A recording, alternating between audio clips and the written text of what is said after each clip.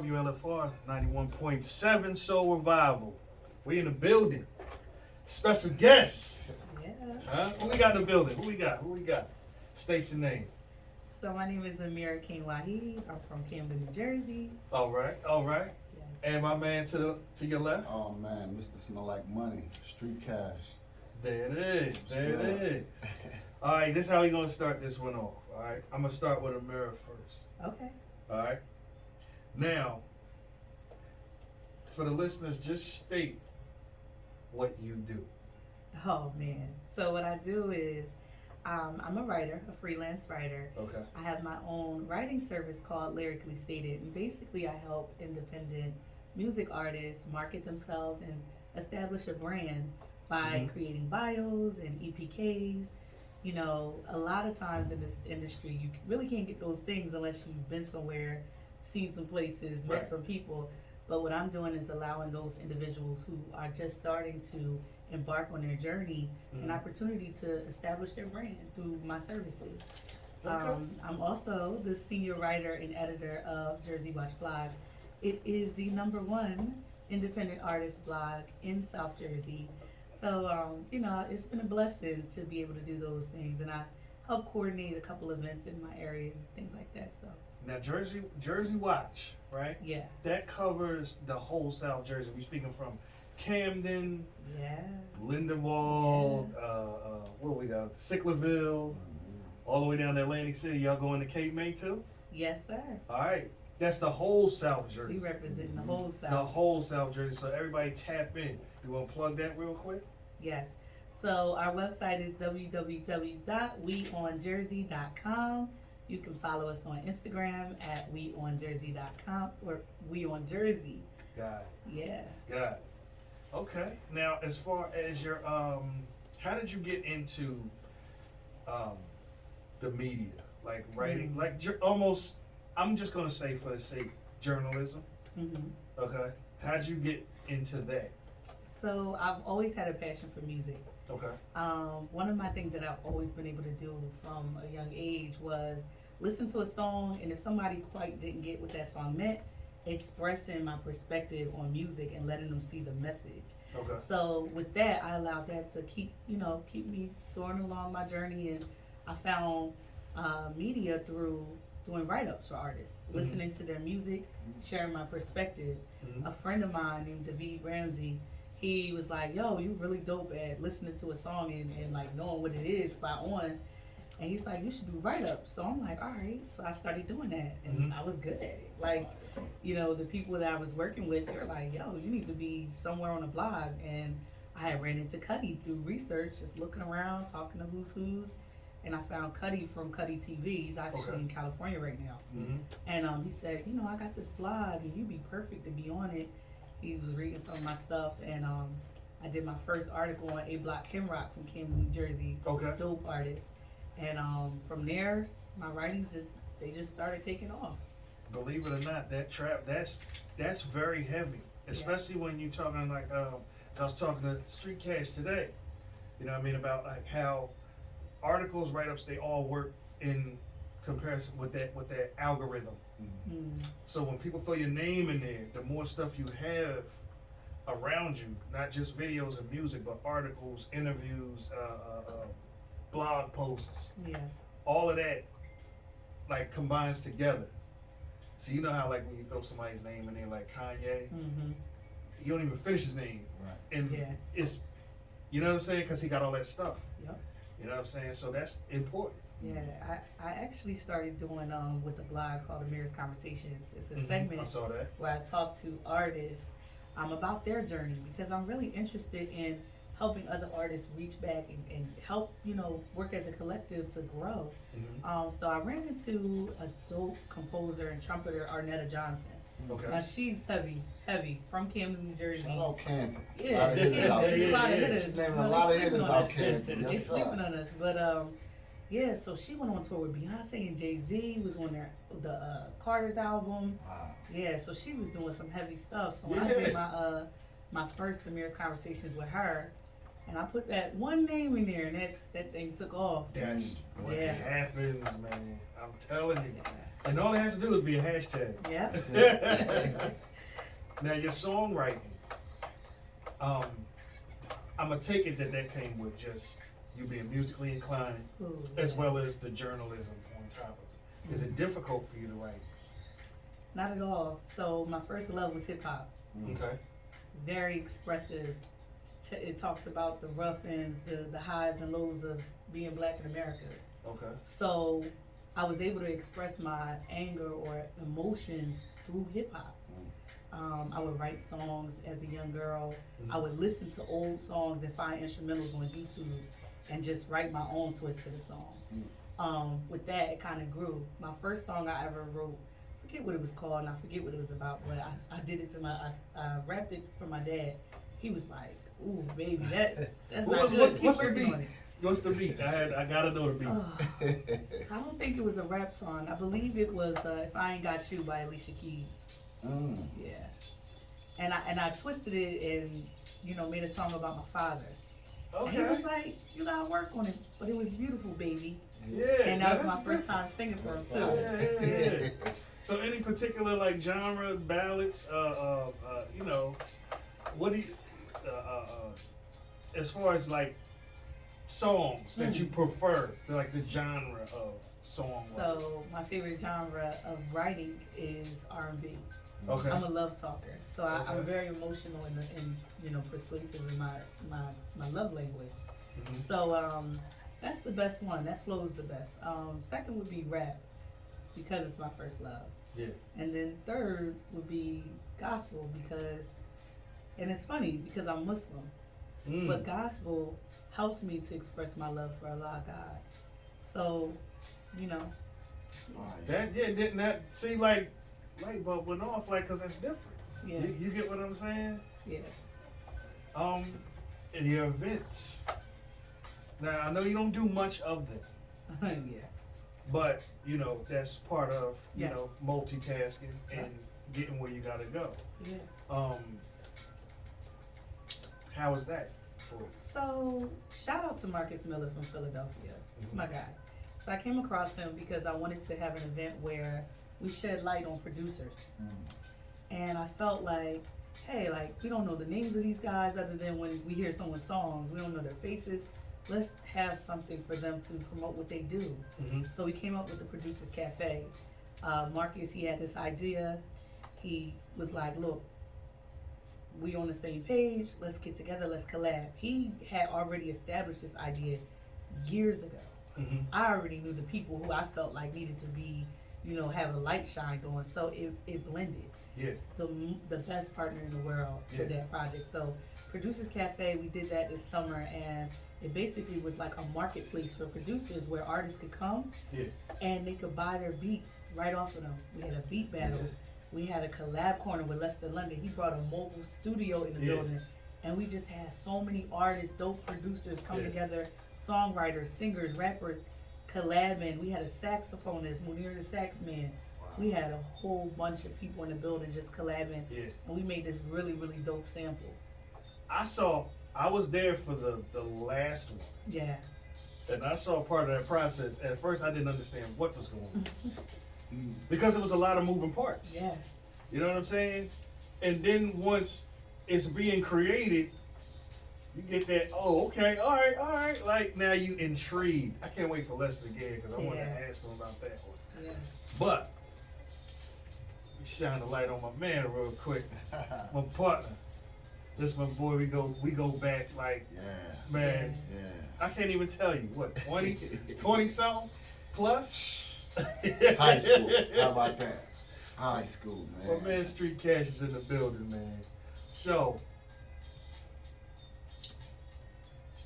we're gonna start semi from the beginning because we could be here all day talking about the history. You know what I'm saying? Like we're just gonna start from the beginning, letting the listeners know, where you from. Representing Atlantic City, Pleasantville. If you know, you know. I'm a Cityville cat. That's how I carry it. Street Cash started, I say 2000.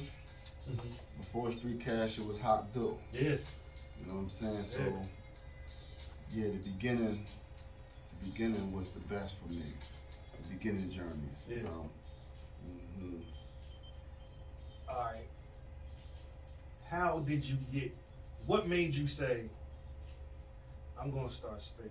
Because, I mean, everybody got a little rap here and there, but I'm glad taking you it said serious. that, Truth. Shout out to Killer Kash. Yes. That's yes. the one. Yeah. Shout out my Yeah, boy. That's the yeah, reason yeah. why I rap today and I still go on today. Yeah, Kash. man. Kaz Wale. You know what I'm saying? The original Wale. He was Wale before I knew Yeah. Wale. You know what I'm saying? So Kaz was, he was like our Nas at a young age. He was different. Nas, like his voice, his penmanship, everything about Kaz was different. It motivated you. So, that started in the lunchroom, banging on the lunch table, freestyling, just going in. And then that went to the block. And I'm talking about, I got to the point, I remember having 2 Sonys. One press record, and the other one playing this track. And we record through the Sony. So the next day we got the tape out like, yo, freestyling. So yeah, man, the beginning stages of this, man. When, even today, I still have that love, The business side I'm just tapping into now. But the love of the sport, I'm still like a big kid to that. You know what I'm saying? And that will keep me grounded. I still that whole era keeps me, and I just try to evolve with the times. Because I've been it for a long time, and to be here this long and still be able to keep relevancy, I think I did a good job. Shout out to Kaz. Yeah, definitely shout out to Kash, man. You know who else we got to shout out? He created a beast. You know we got to shout out to Brave Men and Wolves. Oh yeah, most definitely. That was coming down the line. You know what I'm saying? The Raw. That's right. BMW. The Raw. That's the home team. That's where I started from. RP UMP. Yes, you know what I'm saying? Yes, sir. Rest in peace, Big B. Shout out Tyreek. Yes, You know what I'm saying? Yes, but these are kids I first started with, and I remember being in Pleasantville. Actually, we was at DJ Lansky in the basement, and I remember trying to come up with the name for the group. So I mean, we sat there like hours making up mad wild names, and Raw MCs just popped up, and we all just sat overnight. It was just like the next day, we painted the town. It's stuff. You know what I'm saying? It's stuff. Yeah. Shout out to the whole Raw. Bates the Great, Mob Murder. Yeah. You know what I mean? The Black Fines. Yeah, DJ Buckshot. Yeah, man, the whole squad, man. And not to go past those times, because I know we'd be here all day, like I said, with stories. As you progressed, who have you worked with moving up? On my way up, when it first started, I think with Marlino. When I got with Marlino, I learned a lot. It wasn't even about trying to get signed, because at the time, I kind of had my own little money, but I was learning. He was like doing a lot of things like behind the scenes that I had got to learn. That's how I met Raul. That's how I met a lot of people. And from Marlino, I linked up with New Jersey Devil. You know what I'm saying? So these guys see my work and came to me because they seen my hustle, my drive. You know what I'm saying? They like what they seen. Yeah. They was already in position trying to do what they was doing. It just came and got me. I never signed no deals, man. It was just all love, and everything was just moving forward. Like today, still tight with them guys. Like I put them on the phone, and so relationships goes a long way, man. And I'm a guy that if we fall out of a relationship, something must be terrible because we don't fall out. I'm not a fallout type of guy. Right. So, deal with it and we move forward. That's man. right. Shout out to Raul. I was just kicking it with Raul like 2 days ago too. Shout out to Santiago. Yeah. So now, right now in 2022. Dropped a couple of projects recently. Yes. Nate, run through those real quick. I just dropped 777, and it's crazy about 777 because my grandma died 77. Oh. It was before, like, 777 was already coming. Yeah. It was coming on the 7th of 7.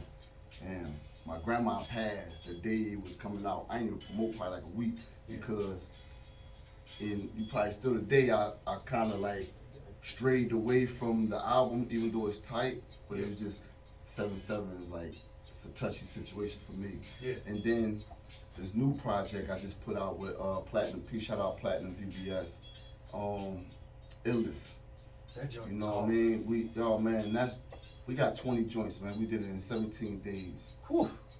And Illness, like, that's nothing compared to, the whole album is just a vibe. Everybody's gonna love it, you know what I'm saying? So, yeah. I can tell by Shout that out track. Lucity, you know what I'm saying? Because Lucity is the one that produced the beat, you know what I'm saying? He produced Illness, yeah. So, Yes. you know, he's my engineer as well, so, yeah, man. And that's on all streaming platforms All right streaming now. platforms, correct. All So platforms. from the other project, American Dope.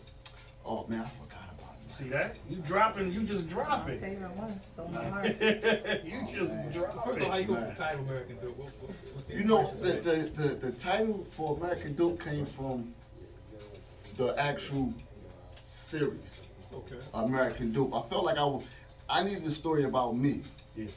And you know, the American Dope, the iTunes only got half of the project because I couldn't throw the freestyles on iTunes. Yeah. But if you go to SoundCloud, you get the whole album of American Dope. And like I said, everything for me is dope. I'm gonna keep my age, but I'm a late guy, but the 80s, you know what I'm saying, raised me, so it's just more like dope goes so many. The name dope is multitask.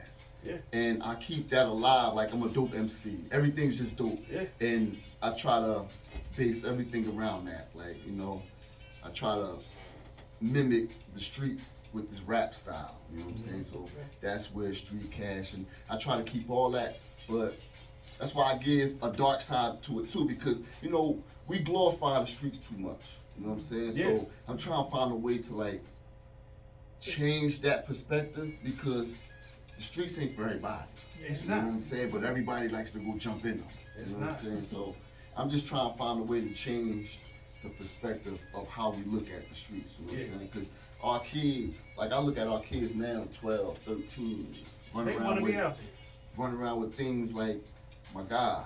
Yeah. You know what I'm saying? So it's terrible. And I got kids. Yeah. That's what really makes you think. Yeah, that really makes me think. You know what I'm saying? Cause my sons is out there. They ain't in no street. Right. Cause I ain't playing that. But that's not gonna say that something ain't gonna happen to them. Correct. I need them to be on point.